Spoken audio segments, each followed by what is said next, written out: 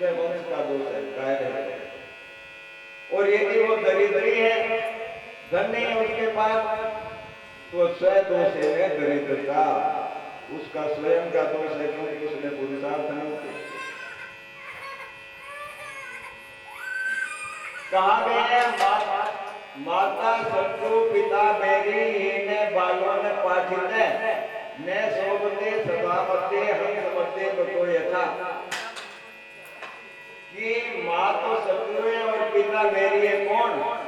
जो अपने बच्चों को अच्छे संस्कार नहीं देते।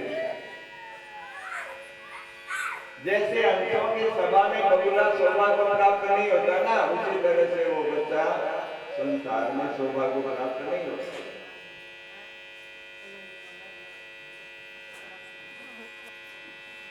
कहा गया है लाले पंचवर्षाणि 10 वर्षाणि लाड़े प्राप्ते तो षोड़ से वर्षे पुत्र मित्र बदाचरित, कि 5 वर्ष तक बच्चे का खूब लालन पालन करना चाहिए और फिर 10 वर्षाणि ताड़े, 10 वर्षों तक उसे खूब डांट फटकार कर रखना चाहिए। प्राप्त तो 16 वर्षे, जब वे 16 वर्ष में आ जाए 16 में, तो पुत्र मित्र वदाचरित, संतान को मित्र की तरह से उसके साथ व्यवहार करना चाहिए। यदि आप उसके साथ मित्र व्यवहार नहीं करोगे तो वो दूसरों को मित्र बनाएगा और वहां उनके साथ पता नहीं वो क्या क्या सीख जाएगा। फिर पिता को चाहिए, माता को चाहिए कि संतान से दूरी नहीं बनाए, नजदीकी बनाए। तो शास्त्रों ने इन चीजों पर बहुत विचार किया है।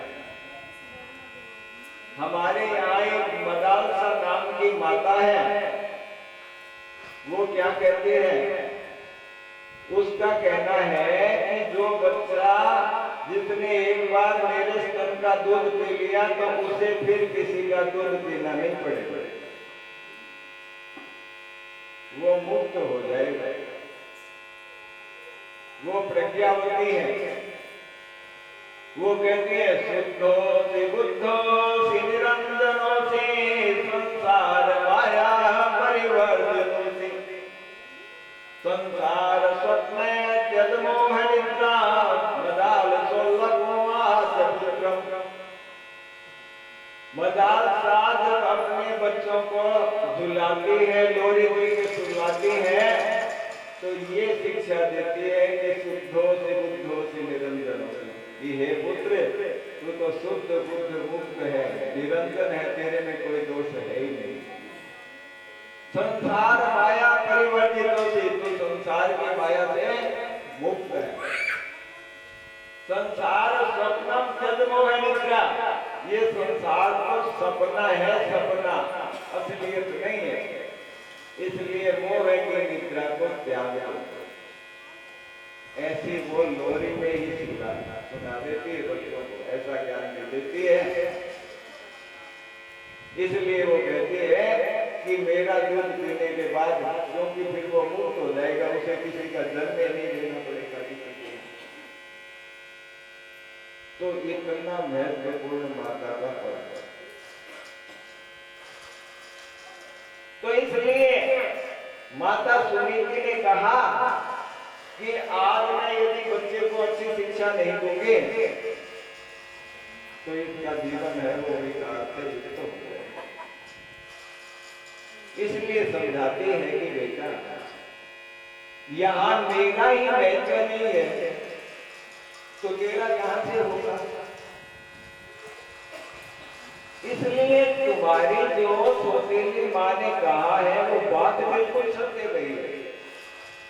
यदि तुम्हें उत्तम पद चाहिए तो भगवान की आराधना करो। नान्यम कपलास लोचना दुख चिदंते मृगयान कंचन यो मृग्यते हस्तपीत पद्मया श्रीतरीरंग विवेक्यमानया, कि मैं उस परमात्मा के अतिरिक्त और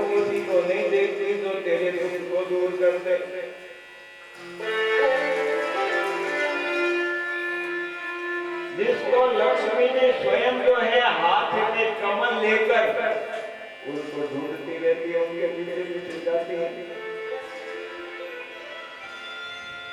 तो तू उनकी ही शरण में जा।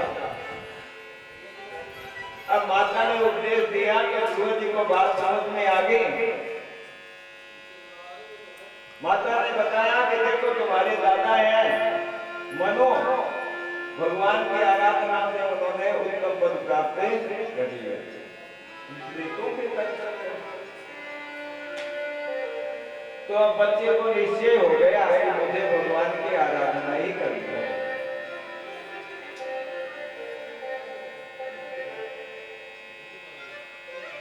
कथा में एक बात ये भी है,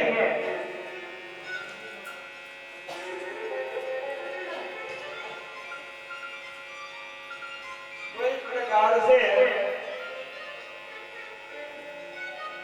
ध्रुव जी माता से उपदेश लेकर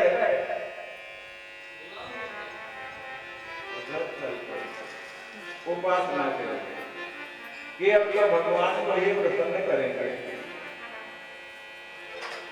अब ध्रुव जी चले छोटे से बालक हैं, 5 वर्ष की आयु है,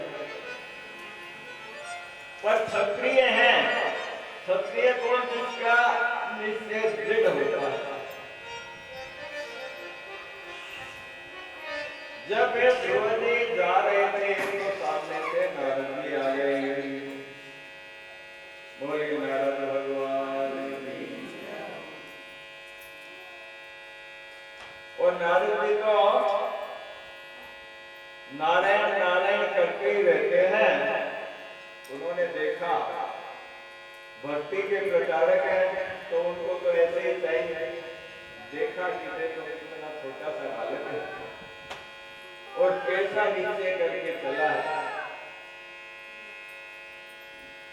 तो नारद जी सामने गए तो बालक ने उनको साष्टांग प्रणाम किया, क्योंकि सुनीति माता का पुत्र था।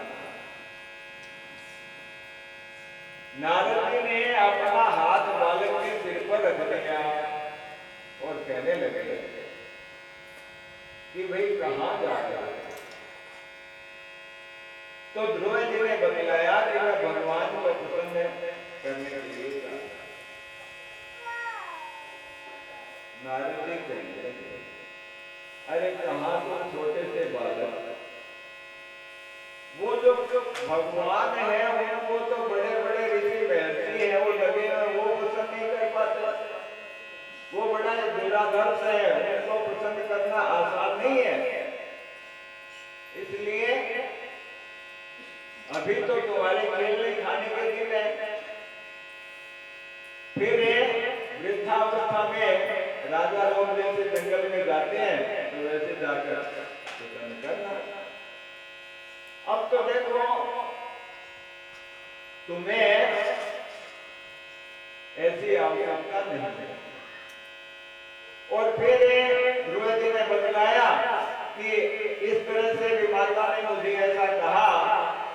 तो कहने लगे नारद जी कि देखो गुणाधिकानुदम्बित से जो संसार में अपने से अधिक गुणवान है ना, उनका मनुष्य को आदर करना चाहिए। और जो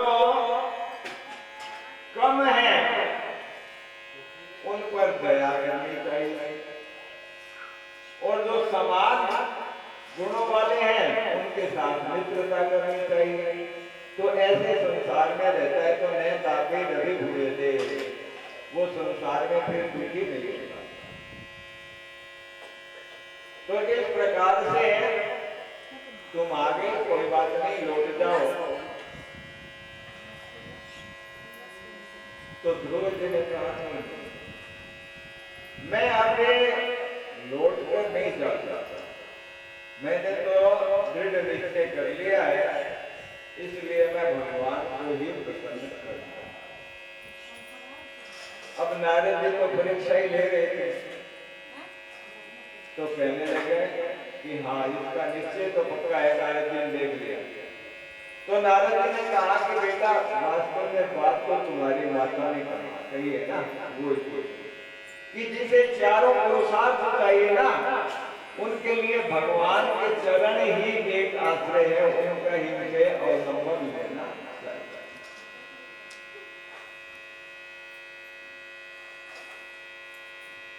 तो नारद जी ने ध्रुव जी को एक तो मंत्र दिया। मंत्र क्या था? द्वादशाक्षर मंत्र बोलते हैं इसको, ओम नमो भगवते वासुदेवाय। ये मंत्र दिया और पूजा की विधि बतलाई कि बालू रेती मिट्टी से मूर्ति बनाकर जंगल में जो पुष्प है, धूप है, जो भी सामग्री मिले उससे भगवान की अर्चना करना। मिट्टी से मूर्ति बनाओ, मूर्ति बनाकर फिर उनकी पूजा करो। और यमुना के तट पर जो मधुवन है वहां पर चले जाओ, वहां आप उपासना करो।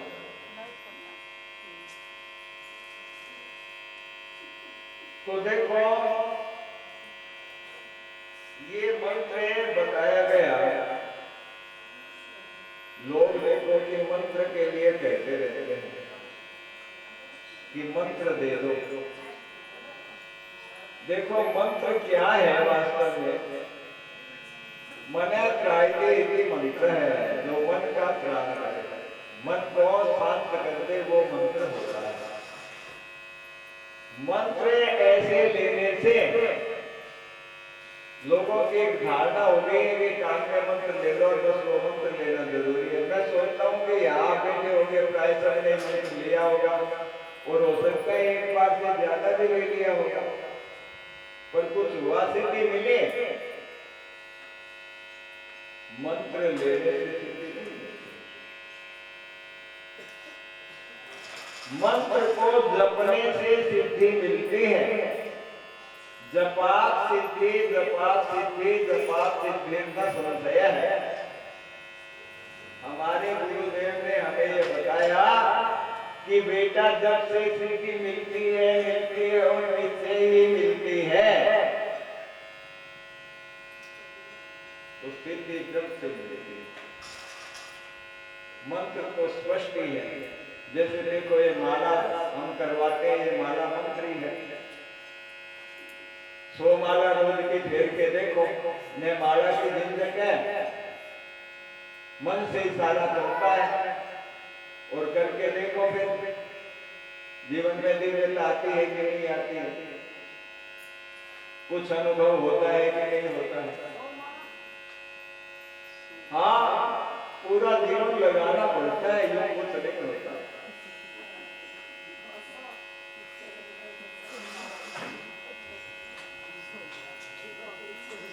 वो कहते हैं ना कबीर कि माला तो कर में फिरे और दीप भरे मुख माही, मनवा तो किसी फिरे ये तो सुमिरन। माला तो हाथ में घूम रही है, ध्यान कहीं है, ठीक है ना? माला फेरत जुग भया, गया न मन का फेर, कर का मन का डाल देर, मन का फेर। हाथ वाला मन का है वो तो छोड़ दे, और मन का है ना उसे फेर दे, तो उससे लाभ।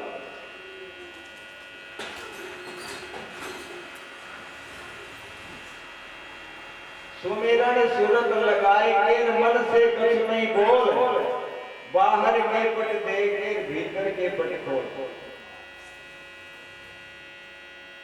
स्मरण जो है ना, स्मरण वो करने से सिद्धि मिलती है। मन से स्मरण हो और बुद्धि को पहरेदार बना के खड़ा कर दो कि मन कहीं बाहर चला नहीं जाए इधर उधर। फिर देखो क्या होता है। तो तरीका है इसका। एक बार गोस्वामी तुलसीदास जी के पास एक बढ़िया गया और जाके बोला कि मुझे कोई साधन बताइए, पूजा बताइए तो जिससे भगवान प्रसन्न हो जाए और ये कुछ लगे भी नहीं क्योंकि बढ़िया कंजूस था। तो गोस्वामी जी ने उसे मानसिक पूजा बताई कि देखो तुम ब्रह्म मुहूर्त में उठो प्रातःकाल 4 बजे और उठ के गंगा जी में स्नान के लिए जाओ यमुना जी पर और यमुना जी में स्नान के जाके वहां स्नान करो, मन से ही करना है और सोने का कलसा पानी का भरो वो लेके आओ, फिर कन्हैया को स्नान करवाओ और फिर उनका श्रृंगार करो, तिलक लगाओ, आरती उतारो, भोग लगाओ और फिर उनके सामने कीर्तन करो, उनका नाम जप करो। क्योंकि सेठ को कन्हैया ही पसंद थे तो तुलसीदास जी राम जी के भक्त से परे कन्हैया पसंद है तो कन्हैया का नाम लो जो आपको रुचे। मतलब देखो भगवान की तरफ से छूटे हैं जो छवि आपको अच्छी लगे ना उस छवि को आप अपने मन से बनाओ और मन से बना करे मन से ही उसकी पूजा अर्चना करो और बढ़िया वैसे करने लगा। तो प्रातः काले उठ के वो मन से ही स्नान करने के लिए जाता था। चलो रे मन गंगा जमुना तीर, चलो रे मन गंगा जमुना तीर, गंगा जमुना निर्मल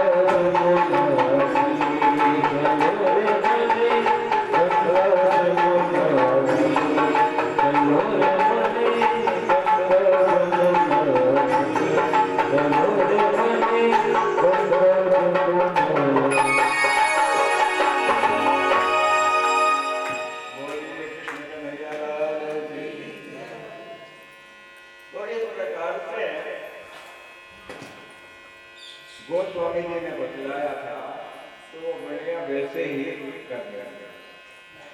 करते करते उसको 12 वर्ष बीत गए।